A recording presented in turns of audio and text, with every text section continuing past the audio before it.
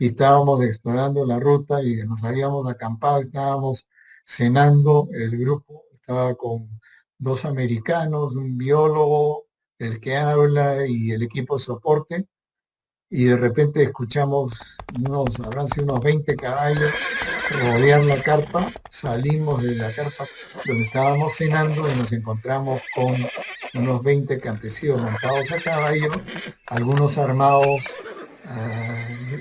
digamos, circulando la carpa, o sea, y no nos dejaron movernos, nos pidieron que nos identificáramos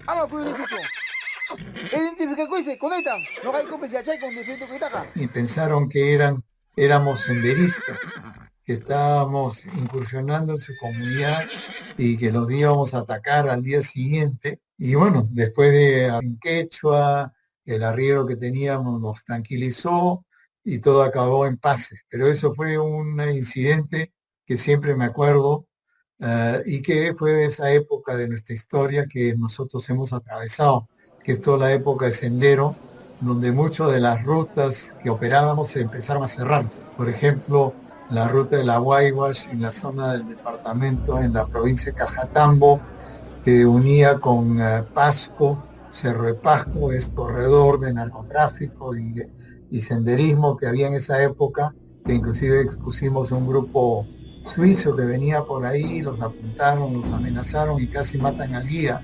Eh, Se iba cerrando el Perú lentamente con sendero.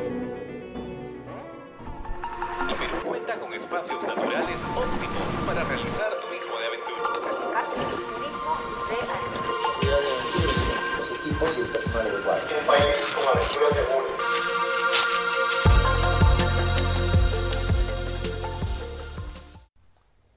Hola, bienvenido al segundo episodio de tu podcast, Turismo de Aventura en el Perú.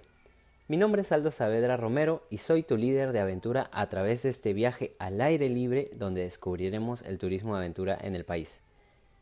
Este podcast te brinda cada quincena información relevante y de utilidad, con una visión simple, pragmática y realista para que entiendas el turismo de aventura.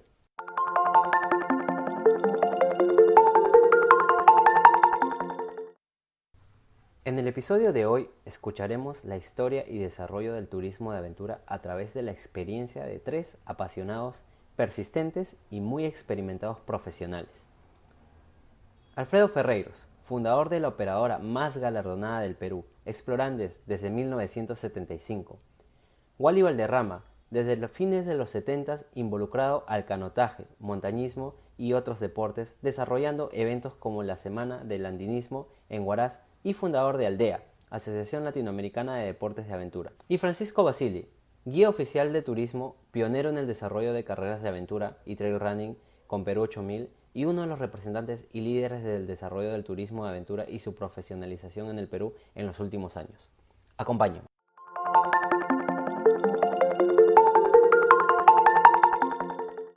La naturaleza y lo que hay más allá de lo conocido o explorado. Ver el mundo desde una perspectiva nunca antes vista.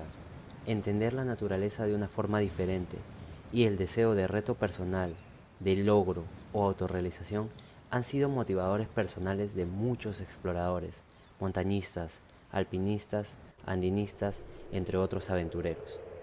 En 1911, el noruego Roald Amundsen y el inglés Robert Falcon Scott lideraron 2 expediciones para llegar al punto más austral del mundo, la Antártida. Se convirtió en un inmenso desierto azul inexplorado en medio de una carrera de 2 hombres, de 2 países, por explorar y ser los primeros en una tierra jamás antes pisada.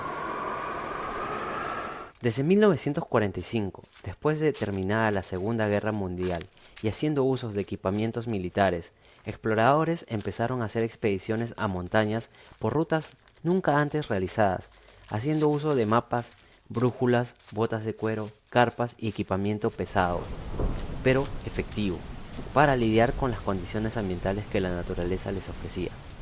Así, en 1953, Edmund Hillary, un montañista, piloto y explorador neozelandés, y el Sherpa nepalí Tenzin Norgay hicieron la primera cumbre del monte Everest, la montaña más alta del mundo.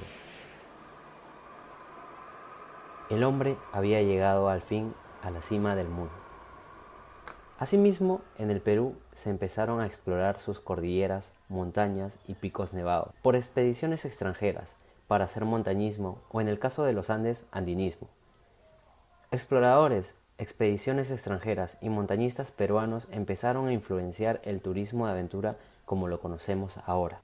El trekking, que en español se refiere a la caminata, una actividad física cuyo fin y no medio es visitar caminando un lugar con condiciones geográficas diversas en la naturaleza.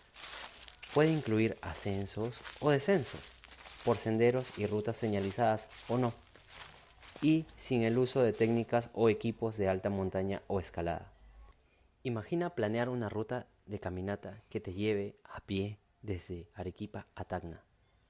Tener que convencer a tus compañeros o colegas de hacer esta caminata. Me tocó convencer a mis compañeros de la carrera, pude convencer a algunos, no a todos, de hacer una locura, ¿no? ¿Y cuál era esta locura? Veníamos de las clases de cartografía, de aprender el tema de las curvas de nivel, el uso de los mapas del ING, la brújula, el mapa, poder medir las distancias, hacer los cálculos. Y yo chapé todos esos papeles, me fui a mi casa, toda mi familia, una parte de mi familia viene de Tacna, ¿no? Siempre ha sido mi destino. Y yo dije, vamos a hacer una caminata, una locura, vamos a hacer una caminata de Mollendo a Tacna. Al comienzo nadie me hacía caso, no, está el loco que habla cosas raras, pero después llegué con mis mapas, mis planos, el cálculo de tiempo, el cálculo de comida, el cálculo de peso. Empezamos con Liliano Galesi, con Samuel Suárez, y con otras personas, ¿no? Convencimos a un profesor de Senfotur que nos acompañara.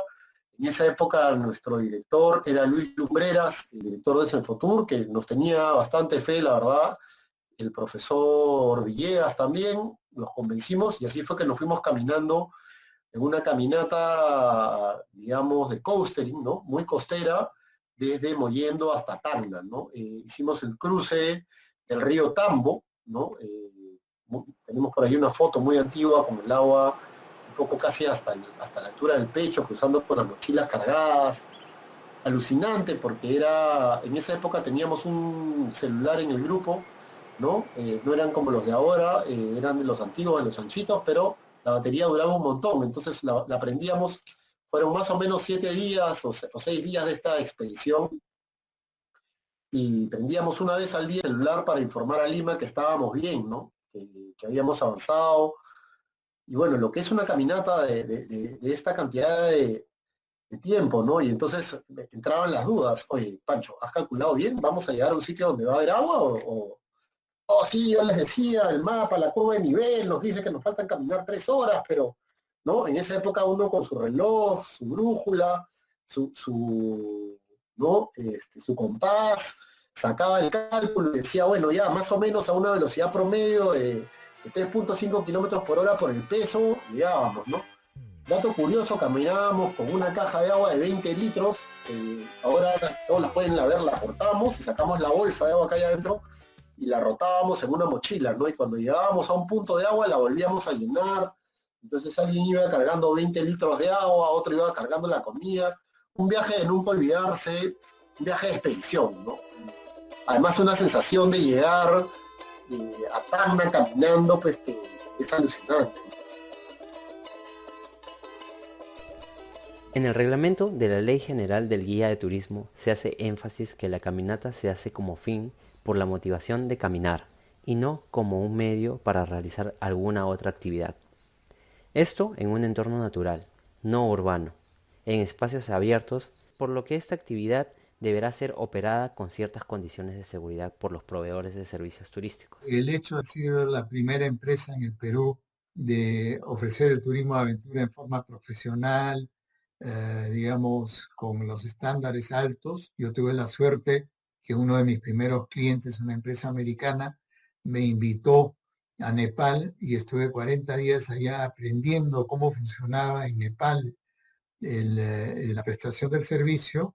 Me regresé a Perú, implementé lo que había aprendido y lo mejoré inclusive porque el Perú es mucho más industrializado que Nepal y por ende teníamos insumos para, por ejemplo, la parte de comida y bebidas mucho mejor y de mayor diversidad de lo que tenía Nepal. Entonces ya en la atención al cliente ya superábamos los estándares en los Himalayas, ofreciendo meriendas acá únicas y especiales, con incorporación de cultivos nativos, etcétera.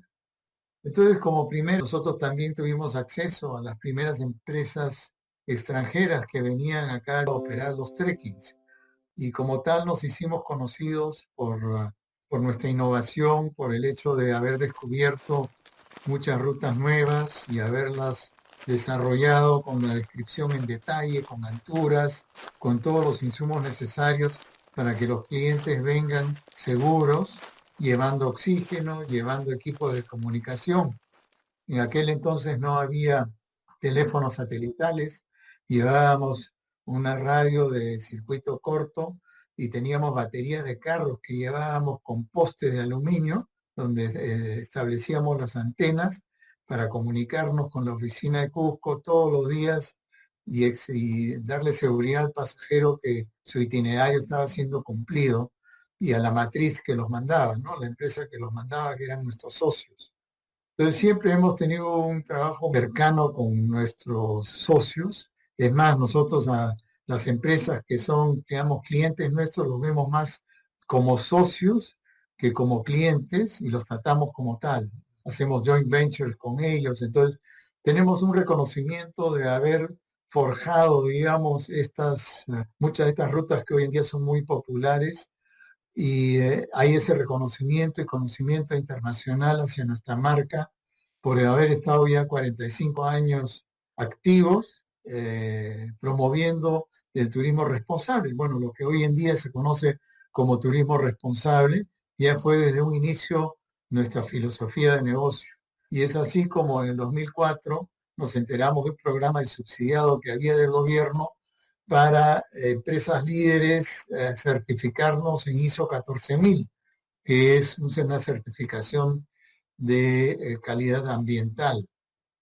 Y como teníamos políticas muy claras respecto al impacto ambiental de nuestra actividad, etcétera, recurrimos a formar parte de ese grupo y nos invitaron a ser las primeras 14 empresas certificadas en ISO 14000. Y fue así como empezamos a introducir y como empresa líder empezaron también a copiarnos otros competidores o colegas, de tal forma que ya la certificación se ha vuelto como algo necesario si quieres, digamos, perdurar porque es lo que los clientes buscan y quieren estar seguros que la empresa con la que están tomando el servicio cumple con esas mínimas normas. Hoy en día ya la certificación se ha ampliado más, hay certificaciones de sostenibilidad, certificaciones de regeneración de carbono, etcétera. Entonces hay un variopinto de instrumentos para poder certificarse como una empresa sostenible.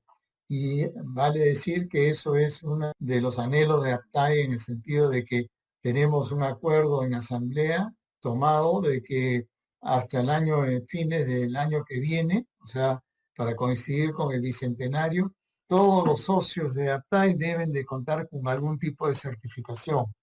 En el caso nuestro, tenemos la certificación de sostenibilidad de Rainforest Alliance, que es una organización global que certifica sostenibilidad no solo en turismo, sino también en producción amazónica o de origen tropical, que es bastante conocido en Europa y Estados Unidos. O sea que la respuesta a eso es que cuando uno tiene cierto liderazgo en la actividad, uno tiene que demostrar también, innovar constantemente de que sigue líder en el segmento en que opera.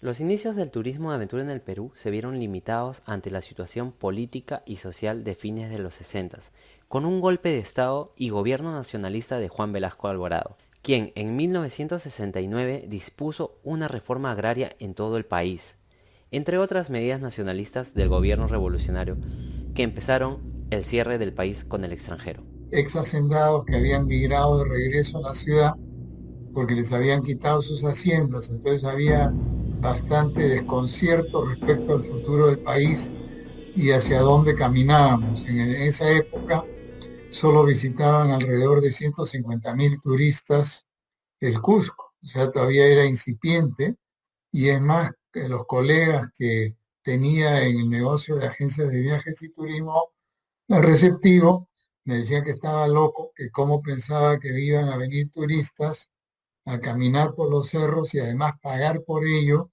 ¿no es cierto? Si es que lo que le gustaba al turista era visitar los sitios en bus cómodamente sentado y que caminar era más bien para los indígenas que tenían que hacer agricultura y que no iba a tener acogida mi proyecto. Y es así como con mi terquedad y conociendo lo que estaba pasando en Europa y Estados Unidos que yo insistí en dedicarme a ese rubro. En 1980, Fernando Belaúnde Terry es elegido nuevamente presidente del Perú, teniendo un país debilitado política, social y económicamente. Los medios de comunicación fueron devueltos a sus propietarios reales. En Lima se construyeron grandes complejos vecinales debido a la alta demanda de hogar causada por las migraciones de las regiones a Lima, y se iniciaron proyectos de infraestructura en las regiones. Nosotros en el año 1983, después de que los polacos hicieran el Cañón del Colca, considerado uno de los más profundos y bellos del mundo, hicimos una expedición, la primera expedición peruana, puro peruano, ¿no? Con peculio propio, y nos fuimos a hacer una expedición de 6 días, 5 noches al Cañón del Colca, y bueno, el río muy dificultoso, rápidos clase 5, clase 6, que eso es lo máximo que se puede hacer. Fuimos con un equipo casi obsoleto, pero con muchas ganas, y hay un rápido que los polacos no pudieron pasar en todo el cañón, ¿no? Porque lo consideraron difícil, claro que era bien difícil, y nosotros fuimos en 2 botes, 4-4, y un bote decidimos pasarlo, con un bote, y los otros 4 compañeros se pusieron en los diferentes lugares con las líneas de rescate en caso de que nos sucediera algo. Era un rápido muy difícil y nos atrevimos a hacerlo y al final lo realizamos, lo pasamos con bastante dificultad, pero sin ningún accidente, digamos, y le pusimos el rápido de los peruanos. El más difícil del Cañón del Colca lleva nuestro nombre. Desde el inicio del gobierno de Belaúnde, en 1980, en Ayacucho, Sendero Luminoso, dirigida por Abimael Guzmán, declaró guerra al Estado, situación que se agravó con la aparición del MRTA, Movimiento Revolucionario Tupac Amaru, en 1982. Me acuerdo que una vez en el año 86, en pleno apogeo y crecimiento del sendero, estábamos explorando una ruta en la provincia de Macusani, en Puno, que unía Cadena Carabaya con la Vilcanota. Eran 14 días de caminata y estábamos explorando la ruta y nos habíamos acampado, estábamos cenando, el grupo estaba con 2 americanos, un biólogo, el que habla y el equipo de soporte, y de repente escuchamos habrán sido unos 20 caballos rodear la carpa. Salimos de la carpa donde estábamos cenando y nos encontramos con unos 20 campesinos montados a caballo, algunos armados, digamos, circulando la carpa, o sea, y no nos dejaron movernos. Nos pidieron que nos identificáramos.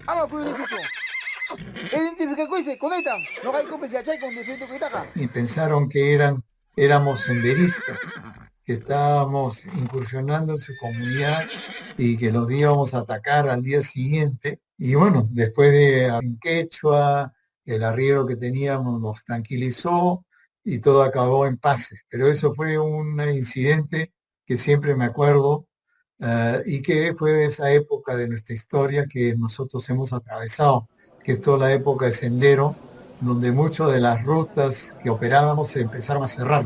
Por ejemplo, la ruta de la Guayguas en la zona del departamento, en la provincia de Cajatambo, que unía con Pasco, Cerro de Pasco, es corredor de narcotráfico y y senderismo que había en esa época, que inclusive expusimos un grupo suizo que venía por ahí, los apuntaron, los amenazaron y casi matan al guía. Se iba cerrando el Perú lentamente con sendero.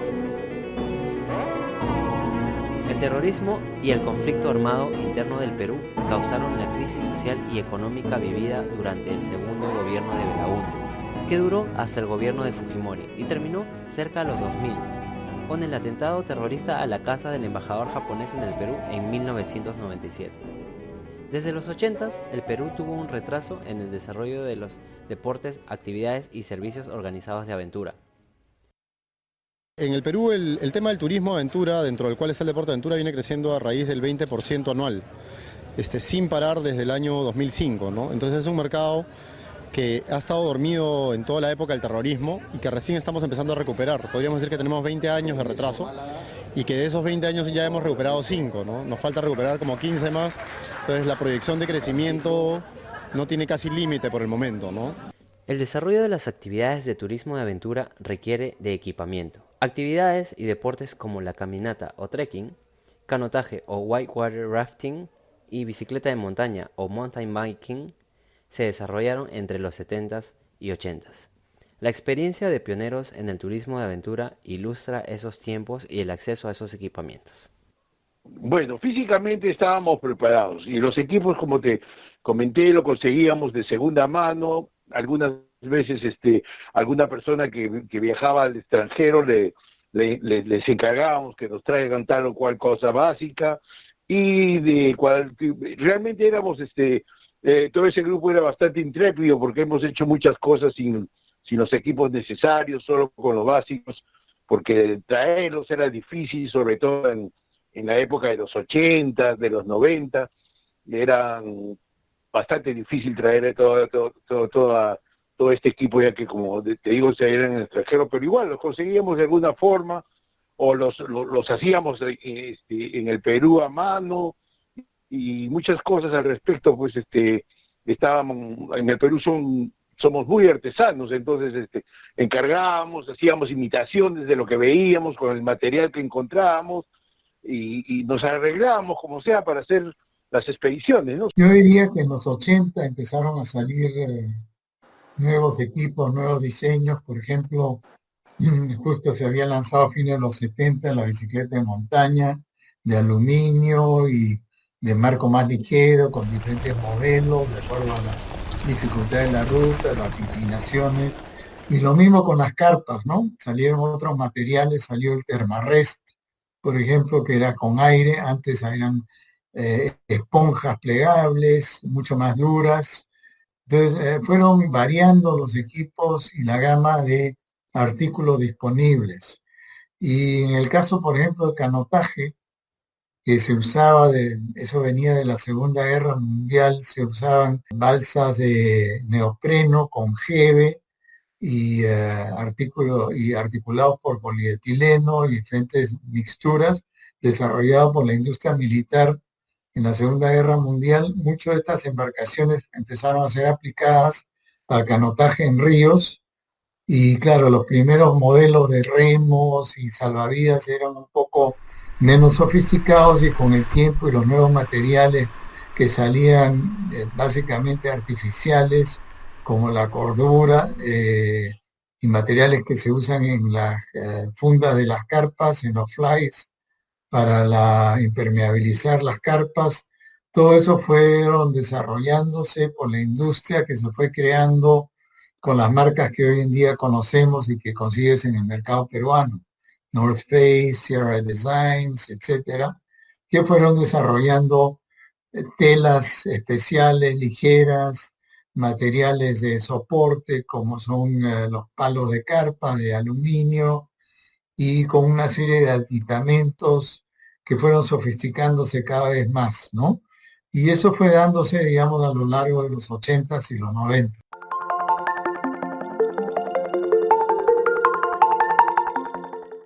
El trekking se desarrollaba por rutas que comunicaban comunidades andinas, donde el peso y la robustez del equipamiento era gestionada por acémilas y arrieros. En realidad la mayoría de los primeros viajes se hacían con arrieros y acémilas porque solo en el Camino Inca había la participación de porteadores y el resto de las rutas eran con arrieros y mulas o caballos en la mayoría de los casos. Entonces se usaba esa logística de apoyo.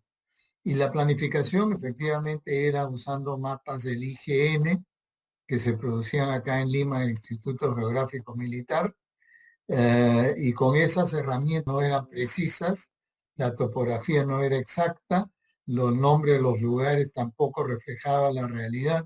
Cuando llegabas a una zona, te enterabas que la pampa se llamaba otra cosa y la pampa que salía en el mapa estaba a 1 kilómetro, o sea, los datos no eran fehacientes. Pero así fue como empezamos primeramente, y para ya cuando empezamos a llevar turistas, sí, todo el equipo de apoyo era mucho más pesado de lo que consigues ahora. Mesas plegables, banquitos plegables, carpas cocina, comedor, eran más sustantivas y pesaban más, pero como la mayoría de las rutas se hacían, como digo, con acémilas, eso no era un problema.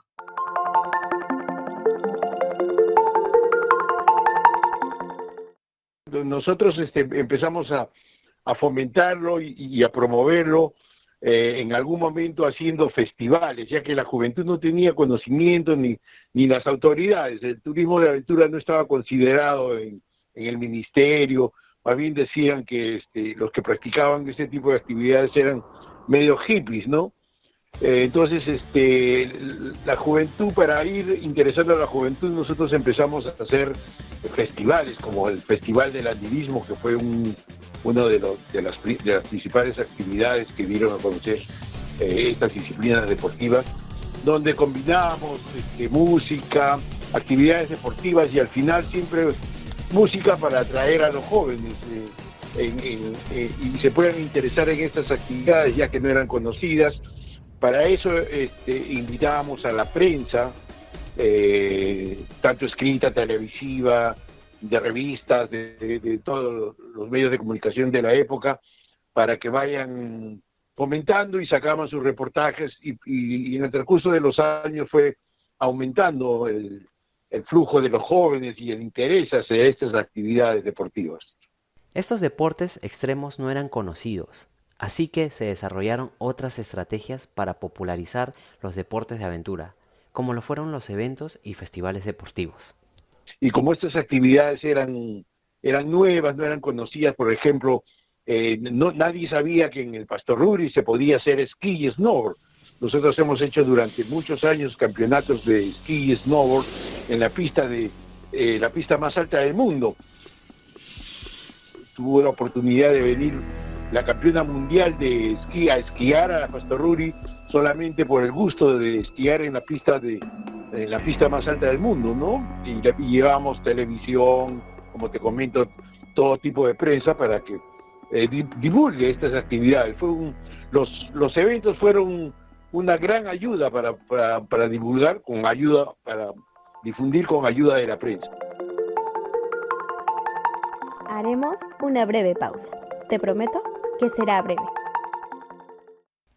El podcast Turismo de Aventura en el Perú llega a ustedes gracias a Desert Expeditions.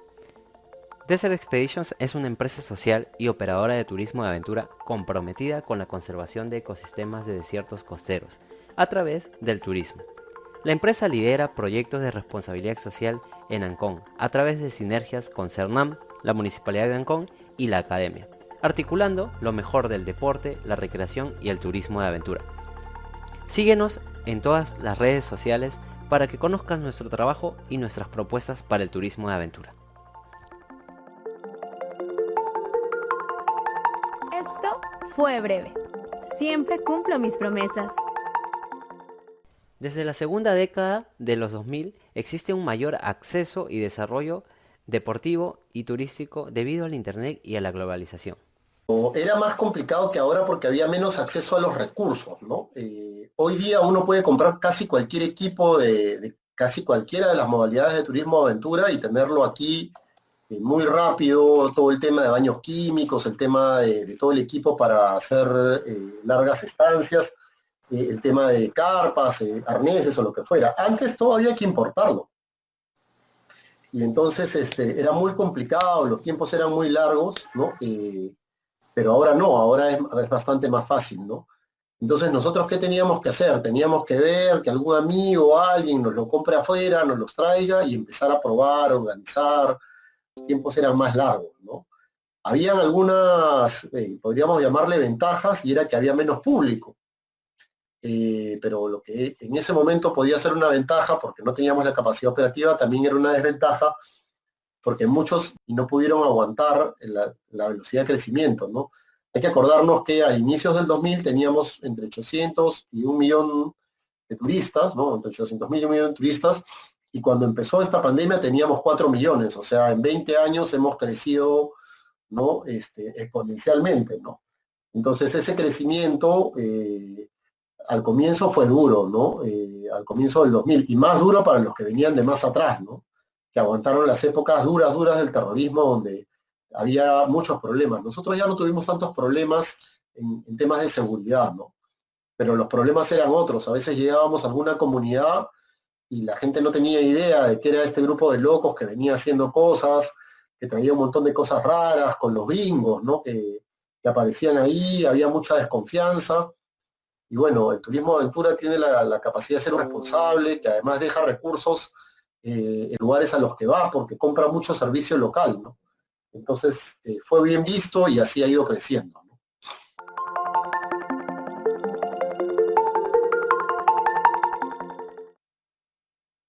Lo mejor que he visto es que en los últimos 3 años ha habido un desarrollo, digamos, un apalancamiento en el tema de formalización, de entender de muchos operadores de que el equipamiento es muy importante, de que hay que haber renovación, de que la capacitación del personal es clave en el equipo, ¿no? Y que esos estándares van subiendo y que eso reditúa, ¿no? Y eso es muy satisfactorio, porque dice que Perú, si bien hoy no somos el mejor de Sudamérica, yo creo que antes de 5 años lo vamos a hacer de todas maneras, ¿no? Juan Luis Molins tiene una experiencia alucinante en un bosque de cataratas increíble en Amazonas. Explorandes es una empresa, pues, que opera a nivel nacional, que ha ganado todos los premios del mundo como mejor operador de aventura, como operador más seguro, como, o sea, una serie de premios, ¿no? Bueno, obviamente Desert Expedition, que hace poco ha tenido la oportunidad de estar en Netflix también, ¿no? Con una operación super pro en temas de sandboarding, ¿no? Tenemos en Cusco a Ario Ferry, ¿no? Con una operación del Sky Lodge a través de la vía ferrata única en el mundo. Tenemos a Experiencia Munaicha, que hace experiencias únicas diseñadas específicamente para los clientes, ¿no? Que recorren las costas de Arequipa. Tenemos Terra Explorer, que tiene toda una operación en una laguna, como la laguna de Huaypo, en Cusco, y que siempre están buscando cosas nuevas, han hecho cosas increíbles. Tenemos, pues, observaciones de aves también en el tema de Rainforest. O sea, hay una serie de experiencias, ¿no? Tenemos también en Lambayeque una experiencia para visitar todo Tucumé, ¿no? Y el bosque de Pomac en bicicleta, ¿no? También con una experiencia increíble de un emprendedor que ha tenido la oportunidad incluso de ser director de turismo, ¿no? Entonces, no es que estemos cortos de experiencias, hay muchas, ¿no? En Lunahuaná ha habido un crecimiento radical, ¿no? Hay muchos operadores en Lunahuaná que se están formalizando.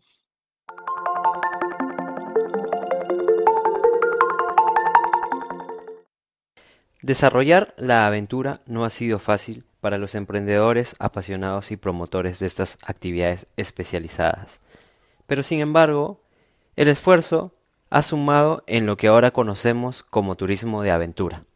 Lo primero es que había un desentendimiento total, ¿no? Cuando uno iba a pedir una autorización, por ejemplo, nuestras primeras carreras en Pachacamac, eran para pedir permiso para usar lomas o para usar algunos entornos no privados, ¿no? Sino que pertenecían al Estado.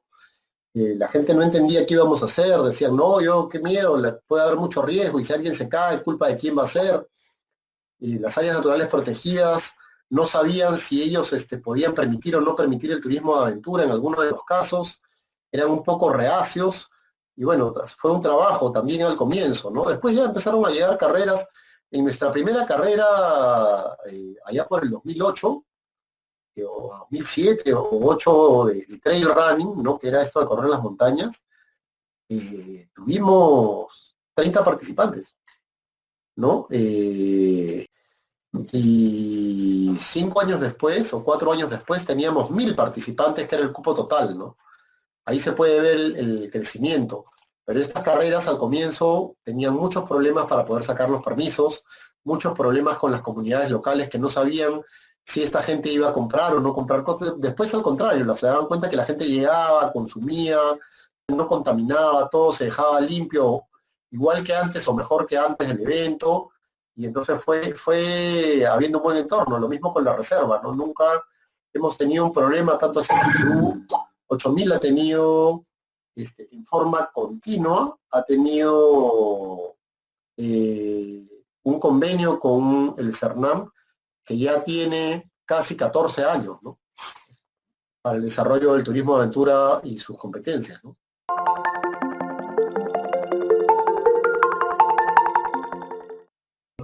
Es que yo no sabía de que la trayectoria de mi empresa o del equipo nuestro estuviera mencionado en la currícula de la universidad. Después me iba enterando por contacto con otras universidades de que efectivamente Explorandes en muchos casos se usaba como digamos, la entidad que podría decir ejemplar que había empezado el turismo acá. Y la verdad es que yo nunca pensé que tendría ese impacto, ni tampoco fue un plan mío ni de la empresa a la hora de su creación. Simplemente sucedió porque creo que fuimos los primeros y como tal creamos escuela. Hoy en día diría yo de los 50 y tantos miembros que tiene APTAE, por lo menos 6 propietarios o accionistas de empresas en APTAE son personas que han trabajado con nosotros y que han aprendido. Entonces creo que nosotros sí fuimos escuela para muchos de los emprendimientos que hoy en día están en boga o que ofrecen servicios especiales. Entonces, sí, yo creo que cuando tú empiezas una actividad y nosotros lo fuimos, dejamos huella y esa huella llega pues a los círculos académicos, a los estudiantes, etcétera. Y les digo, o sea, de mi experiencia de 45 años, yo siempre he caminado mirando hacia adelante y buscando, digamos, la luz hacia dónde dirigir los esfuerzos empresariales para ir diversificándonos y ofreciendo cosas nuevas. Y la verdad es que recién cuando uno se pone más viejo, como estoy ahora, es que uno va mirando para atrás y se da cuenta pues que uno ha dejado efectivamente una estela, pero en realidad yo lo asumo como humildad porque me tocó a mí como persona estar en ese rol, pero de repente si no hubiera venido yo, hubiera venido otro con una visión similar, porque como digo, esta actividad de trekking y de turismo de aventura empezó alrededor de los fines de los 60 y se fue sofisticando y desarrollando, y estoy seguro que algún otro compañero hubiera venido a suplir lo que yo hice, pero el hecho es que yo fui el que empezó Explorantes. Entonces, si queremos decirlo así, me llevo una gloria, pero una gloria que no merezco. Haremos una breve pausa. Te prometo que será breve. El podcast Turismo de Aventura en el Perú llega a ustedes gracias al apoyo del Club de Turismo Cantuta. El Club de Turismo Cantuta es una organización estudiantil de la Universidad Nacional de Educación Enrique Guzmán y Valle. Tiene como objeto fortalecer a los estudiantes en su crecimiento personal y académico, para así lograr un sector turístico y hotelero más comprometido y actualizado. Síguelos en Facebook y en Instagram para que estés al tanto de los próximos eventos y capacitaciones que ofrecen a la academia. Esto fue breve. Siempre cumplo mis promesas. La historia del turismo de aventura en el Perú es muy rica y variada. El día de hoy conocemos más sobre las etapas y momentos importantes del turismo de aventura en el Perú. Agradecemos a Alfredo Ferreiros, Francisco Basili y Wally Valderrama por su apoyo en las entrevistas. Síganos en redes sociales como Explorandes, Perú 8000, APTAE y Aldea. También agradecemos a Ada Perales, Berenice Conde, Blanca Quispe, Valery Valdés por su trabajo en la producción de este podcast y a Néstor Yucra Quispe por su interpretación en quechua.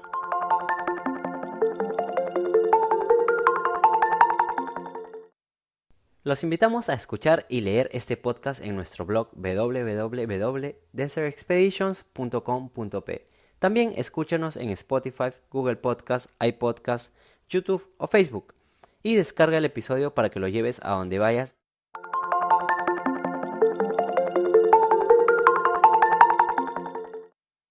Si te gustó el tema, asegúrate de suscribirte hoy, comentar y compartir con tus amigos y comunidad tu podcast Turismo de Aventura en el Perú. Soy Aldo Saavedra Romero y nos vemos en el siguiente episodio.